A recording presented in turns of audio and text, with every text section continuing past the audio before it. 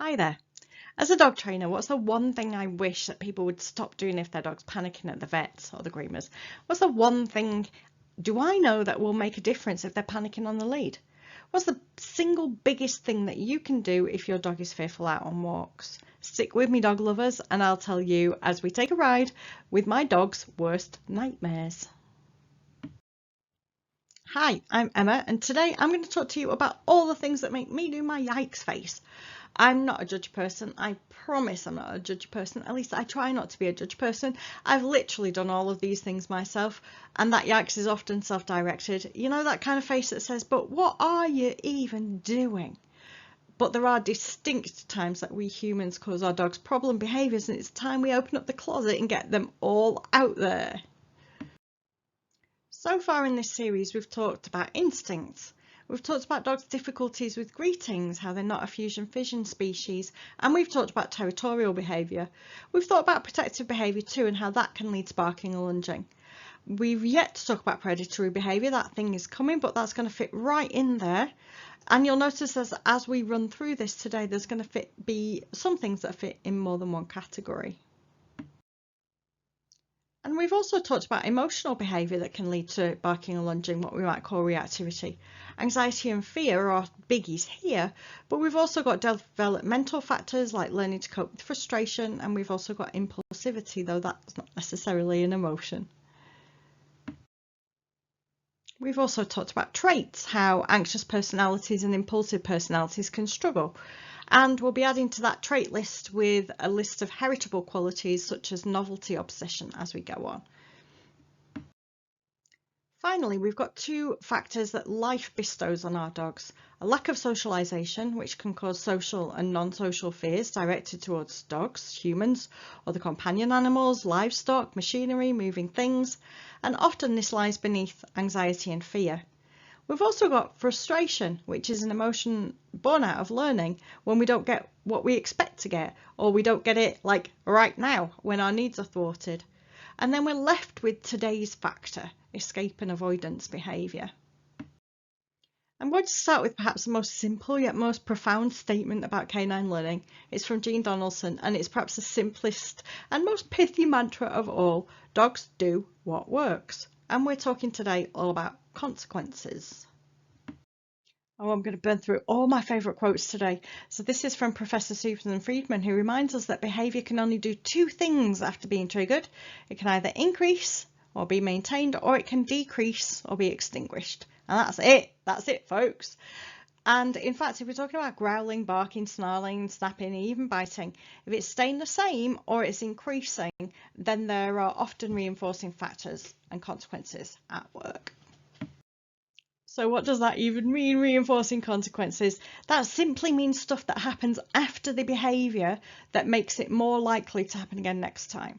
So if the good stuff, desirable stuff, stuff you value, stuff you want, the reinforcement, if that happens after the behaviour, and it's more likely to make the behaviour happen again.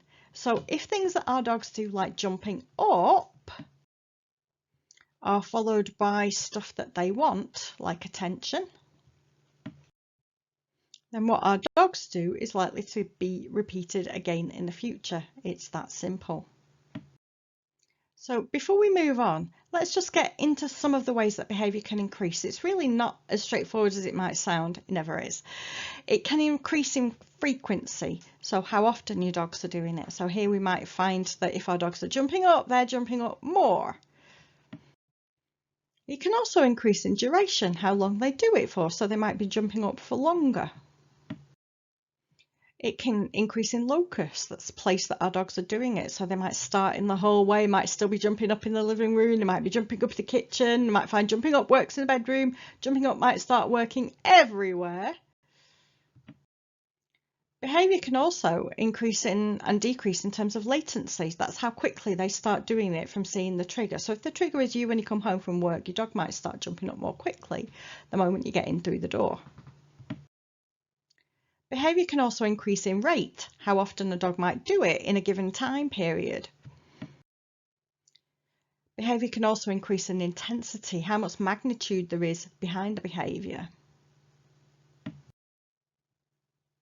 And behaviour can also change in topography. That's the shape or the type of the behaviour. So they might shift, instead of jumping up at you, to barking excitedly, or they might be jumping with two back feet off the floor instead of just kind of leaning on you as they might have been doing before.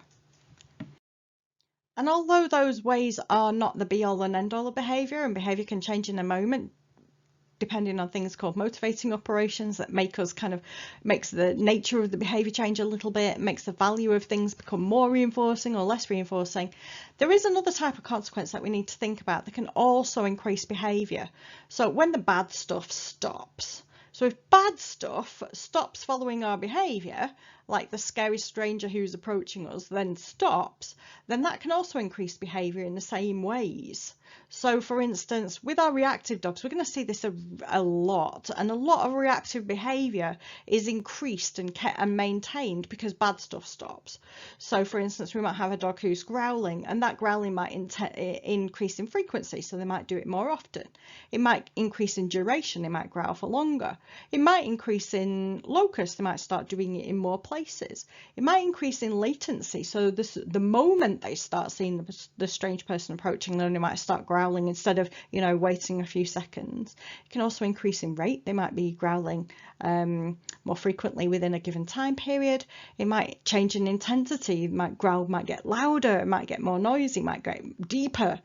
And it can change in topography, so that's going to change, isn't it? We know that a growl very quickly turns into barking, can very quickly then turn into lunging, can very quickly then turn into snapping and snarling and so on. So when you think about your own dog, it's really worthwhile thinking about how that behaviour is increasing. So most of us with reactive dogs, we're here because we've got that behaviour, right? You're not sitting there watching this because you don't have that behaviour anymore. So some reactive dogs are barking and lunging because they can't get to the good stuff, and you'll see that very often with frustration. But the dogs that I'm talking about today are the dogs who really just want the bad stuff to stop. Your typical fearful dogs, your protective dogs, your territorial dogs. What you see though is that only some dogs are barking and lunging to put a stop for stuff. Reactive behaviour can also exist to get to resources that we really want as well. But these are the dogs that we're focusing on today, the dogs who really just want things to be over. Just before we move into that though, I just wanted to clarify that sometimes reactive behaviour can be for positive consequences. So predatory lunging, for instance, that's perhaps being reinforced by good consequences. Maybe they nearly caught it at one time. It scratches your dog's inner urge to chase things. It might let off a little storm of neurochemicals that plug into your dog's reward network in their brain. And likewise, novelty seeking as well. If they're lunging towards things on the floor or even towards people or other dogs, new stuff literally makes their reward circuit light up like Blackpool illuminations. So dogs who have to investigate everything, and I'll be talking about those in the next couple of weeks, are novelty seekers. That's going to be exactly the same thing. And even if your dog is a compulsive greeter, then that may be driven by good stuff too. If humans are really nice, never ever forget my old girl Flicker, who'd had a pretty miserable life, but once she started coming to the shelter, she realised that all people had biscuits in the pocket, and I got a lot of frantic behaviour when we got out of the car so that she could get to see certain people, particularly those that she knew who had biscuits in a pocket. So I saw some barking, some lunging, some pulling, because they were being driven by good stuff like being able to access resources and things that she wanted. But I'm not here today to talk about Flicker chasing biscuits or chasing people who have the biscuits and being frustrated when she can't get the biscuits. I'm also not talking about Liddy when she's chasing lizards or when she'd really rather chase a cat up a wall. I'm talking about behaviour not being just maintained or intensified by things we want access to, the things we would call positive reinforcement, but also the things that we want to avoid or escape, the bad stuff, the icky stuff, like strangers shoving hands in your face, chihuahuas rushing up to you, barking at you, vets sticking thermometers up your bum. And once we know those things are icky, if we've had to learn them in this lifetime, like vets and thermometers, we're not born knowing as a dog that thermometers going up our arse are going to be an unpleasant thing. If we instinctively knew they were icky, on the other hand, other dogs are not necessarily a good thing unless we've been familiarised to them at an early age. Big tall strangers, for instance, they're something that we would be instinctively afraid of if we were a dog. Then we'll try and avoid them, and when we can't, then we'll try and escape.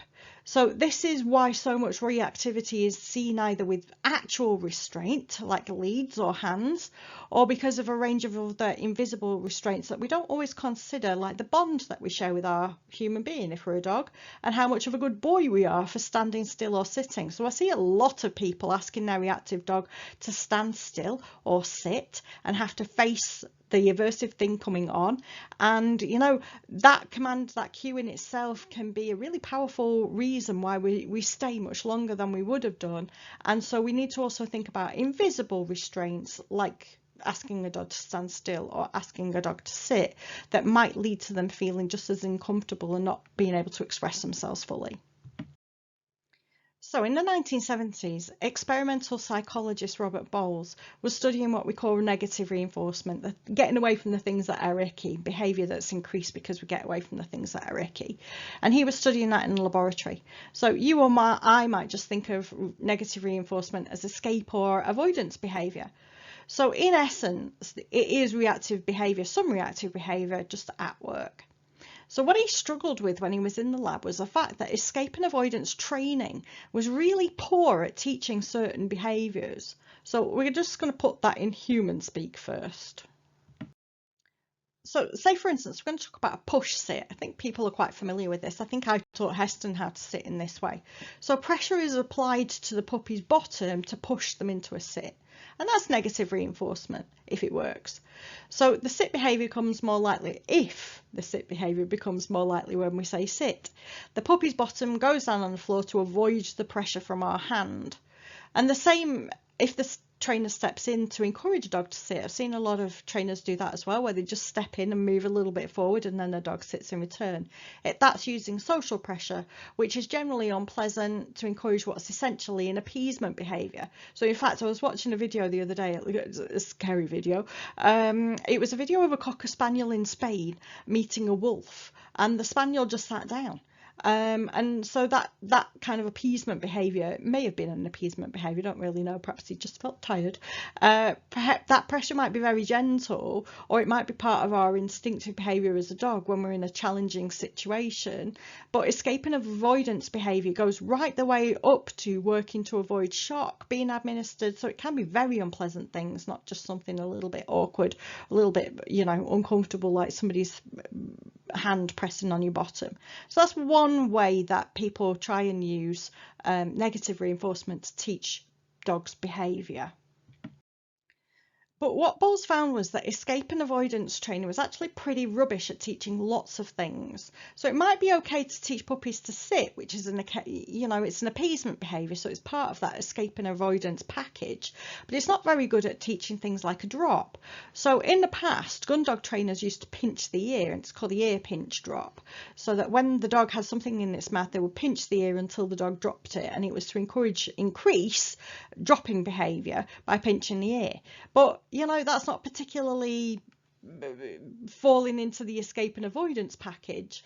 And again, teaching dogs not to pull on the lead, we might, for instance, put pressure on the lead until the dog stops pulling, and then continue that way. So those behaviours, Robert Bowles found, weren't very likely to be able to be increased by using negative reinforcement. So sometimes he found that animals in the lab underwent hours and hours and hours of training with shock, for instance, really painful sometimes, without any change in their behaviour at all, without any increase in particular things. So say for instance, a very common one in the laboratory is lever pressing, and what they found was that negative reinforcement, like shocking an animal to get them to press a lever more frequently to get a pellet out, or whatever it is that they're trying to do, actually that wasn't a very useful strategy at all in the lab, and it very, very infrequently caused an increase in behaviour. So what he said in 1970, on the other hand, was that escape and avoidance training, negative reinforcement, actually worked to increase, you've guessed it, escape and avoidance behaviours.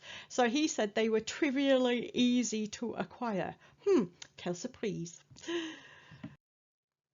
So perhaps with more shock than an ethologist or a psychologist would have had, or anyone who knows an animal, Bowles realised that these behaviours were appropriate to the species. So bees sting. They've also got marvellous black and yellow stripes that can put you off, so that's an evolutionary advantage. Crabs have got wonderful pincers and shells, and they camouflage themselves, and they may hide and they may pinch if threatened. And Bowles realised that actually the actual behaviours that an animal would do in those circumstances, rather than the adaptive physiology they'd inherited, it would split into three groups of behaviours. So you will of course be familiar with flight, fight and freeze, which are common in many species, but there were others too. So it took a few years for psychologists to realise that in human beings, for at least, women tend to behave differently across cultural groups than men did. So it was only in the early 2000s that we started to realise that men and women behave differently in humans. Where men may use flight or fight, for instance, women tended more to tend and befriend. So social species do different things altogether. Sheep will flock, for instance, that's one of their species-specific defence reactions. And there are many names for these behaviours, but the term that I use, because I really like it, Bowles may have not been the most insightful person when it came to reactions and behaviours, but he called these behaviours species-specific defence behaviours, and I particularly like that term. In fact, he called them species-specific defence reactions, SSDR. And I like this term, this idea that actually the animal is defending themselves. And sometimes we'll hear that you know, when we talk about defensive aggression, that's where we may be thinking about some forms of reactivity. And he also realised that the choice that the animal made, the repertoire of behaviours that they could choose from, was impacted by how close the threat was and the level of the threat, and what other choices were available to us. So the choices that we make are dependent on the environment and context. So if you listen to my stuff about territorial behaviour, dogs on home ground, you'll know, will tend to aggress and stand their ground, and off the home turf they'll tend to move and avoid and move away. So our behaviour will change depending on how close we are and the context of the behaviour, and whether we're the intruder or whether we're on home ground. So it can be influenced by many different factors. I know it seems like one of those bodies of research that just seems like mind-blowing common sense, that cornered animals are more likely to use aggression to escape. You know, that's basic common sense.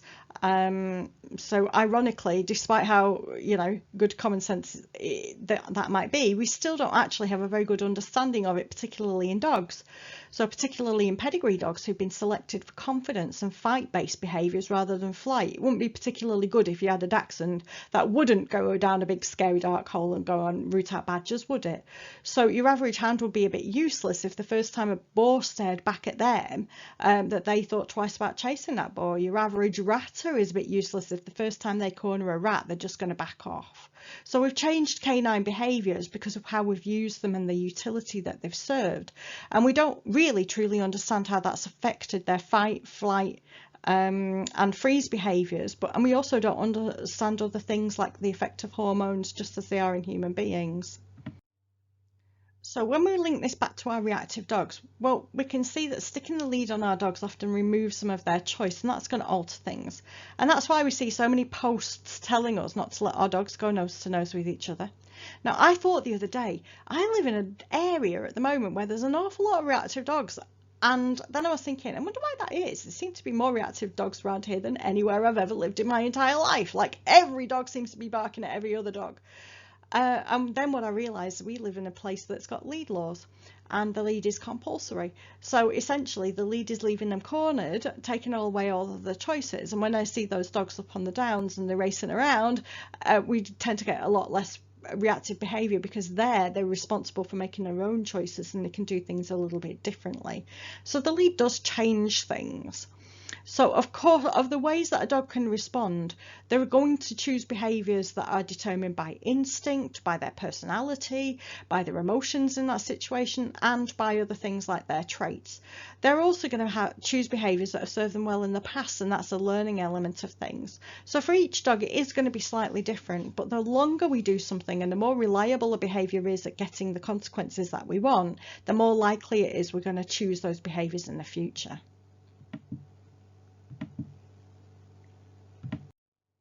And we also going to see this behaviour in the vets too. So particularly cornered again, we might even be on the lead as well as being on a table or in a small room with a scary human being that we're particularly not fond of, and all kinds of smells and crazy stuff going on.